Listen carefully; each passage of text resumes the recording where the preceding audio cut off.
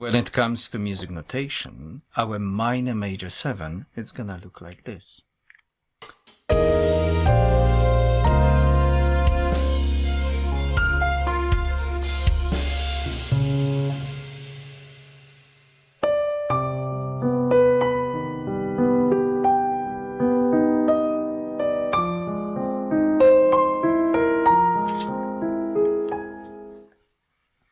C minor major 7 can be written like this: C minor major 7. So this is one way of seeing it.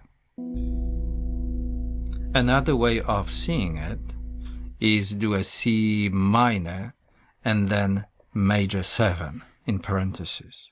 Okay? So if this is too much for your eye, you can do C dash and then a triangle 7 or major 7 inside. Okay, so there's a bunch of ways of seeing that chord, but just remember the written chord has a message. Okay, now you unpack this message and it's C minor major 7. Okay, so 5 is given basically, but major 7. So the message includes C minor 3rd and major 7. Boom. All of a sudden we've got the chord, and all of a sudden we've got intervals between 1 and 3, it's a minor 3rd, between 3 and 5 it's a major 3rd, between 5 and 7 it's a major 3rd. So automatically we know the structure, we know the build, and we can duplicate exactly the same when we move up. So let's just do F minor major 7. And I'm restoring that minor 3rd, and then I do a 2 majors, right? The major between flat 3 and 5, and the major between 5 and 7. And all of a sudden I've got another chord built the same way. Okay? So once we learn the structural concept, now we can fool around with different keys and just drop it or raise it. Like, for example, D, and I'm gonna raise this last one to C sharp to create D minor, minor major 7. Okay? You know what I just did, right? Okay. I created the major 3rd in the end because I'm supposed to have that. Okay, major 3rd on top. And of course, these topics, they exist with the inversions. So if I do a first inversion, I flip this root 1 octave higher, and we just end up with first, second. So now I build from the G, and the 3rd goes on top, 3rd. I do the same with 5, and 5 is on top. And all of a sudden I've got the inversions. Okay? So now let's just pretend that I go through chords progression, and I start with the second inversion of that chord. Which means I have a specific shape in mind, I play specific notes, and then closest resolutions, I just follow the harmony movement. Okay, so you see, if I choose a first inversion, I have to create a different pathways for these notes to resolve for another chord, another chord, another chord. So basically the harmony movement kind of shapes itself in a different way. If I start with the second inversion, I've got a new challenge and new pathways. Third inversion, the same thing. So every single choice you make has an impact on your music piece. Now, the music piece is a one thing, instrumentation, what you seek to, it's another thing. We mentioned earlier cello. How about the violin? Is the range, is the note actually good for that instrument? Is it gonna sound good? Is it gonna sound in the range and the musician is gonna be satisfied with that tone? Okay, or tone it's about to create. So there's like many different circumstances we kind of include into your thought process, but this is the idea basically sitting behind the wheel. Okay, so when we talk about chords progression, we already touched this D-7, what resolves on G7 into some kind of C, but major, like something vibrant. If this G7 with tension 9 and 11 wants to be resolved on something happy, okay, so D wants to be resolved on something happy. If I want to spice things up,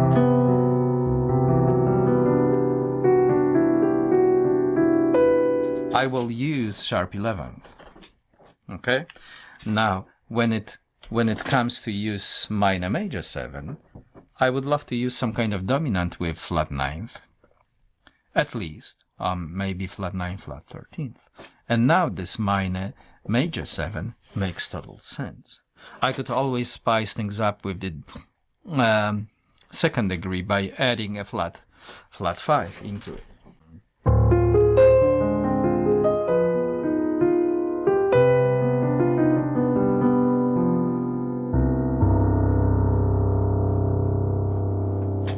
And all of a sudden, I elevated my sound into something different, something refreshing. Now, depending where I start, which inversion I use for D-7 flat 5, I will just continue resoluting it into C minor major 7.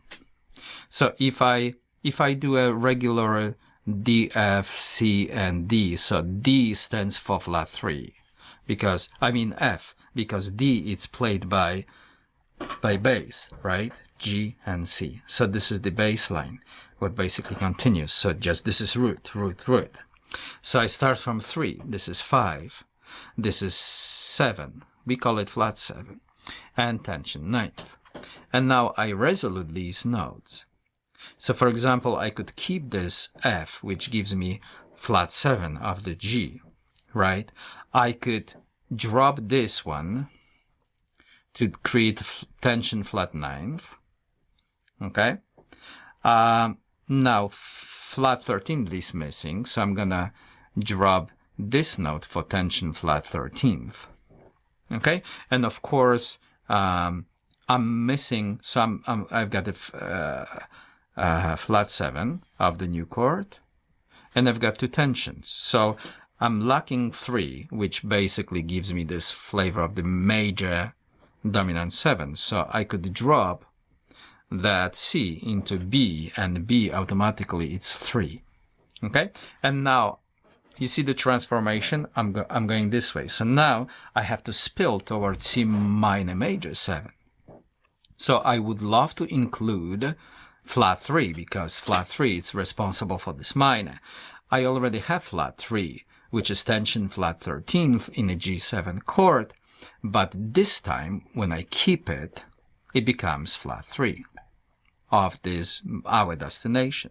Now our 7, which was previously 3 of the G7, I want to keep it, and this becomes major 7.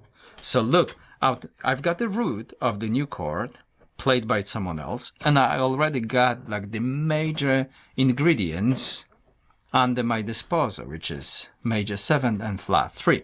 And now all I have to do is just fool around with tensions. I already got the tension F in place, which is tension 11th of the C minor major. And now if I decide to drop the previous tension flat 9th into G, which is 5, I could. Or I could basically elevate it and just go up to tension 9th. No problem, that's another option. Or just drop it down into another tension, right? No problem. Okay, so what we have right now, we've got this. This is minor 7. Oh, we talked about lowering that flat 5. Because we did this, D-7 flat 5. So this is the flat 5, right? See? So it turns out we didn't have to change it. It's just it stayed exactly the this is the G7 flat 5, flat 9, flat 13th, it becomes this beautiful. Okay, so it doesn't sound, you know, like intriguing right now, but it includes F5, major 7th, and flat 13th. Okay, so this is just the example how we can control the symmetry in music and how can we kind of make a beautiful pathway of the voicings, right? Coming from point A to point B through a different chain of chords. So it turns out music is a fascinating mystery. Mystery what will never end, and you will always find new levels of your own elevation. It could be a meditation if we let it. I'm thinking, since there is no end of this process, I would rather enjoy it than force it. So every time when we think about the music, I'm thinking decompression. I'm thinking letting go. I'm thinking inhale, exhale. I'm thinking trust towards the process. And if I find some kind of obstacle I need to resolve, I'm gonna study it. Which means education. If I'm confused about certain things, about certain chords, I'm gonna introduce them to me. Why? Because once I learned the structure, the inside, the theory of music, I will be able to freely express myself by using those new methods, new substance, new chords, new ideas. So the inspiration comes with many forms. One of them is the music education. And this is very helpful since this is our laboratory. And we dive into this world of your imagination. And our goal is to kind of embrace our own process and just go with it, trust it, and enjoy it. Royal Composer provides students around the world with detailed musical knowledge. Let's take the challenge out of building chords. I will show you the way. Our signature course, Chord World, teaches you how to build chords in music.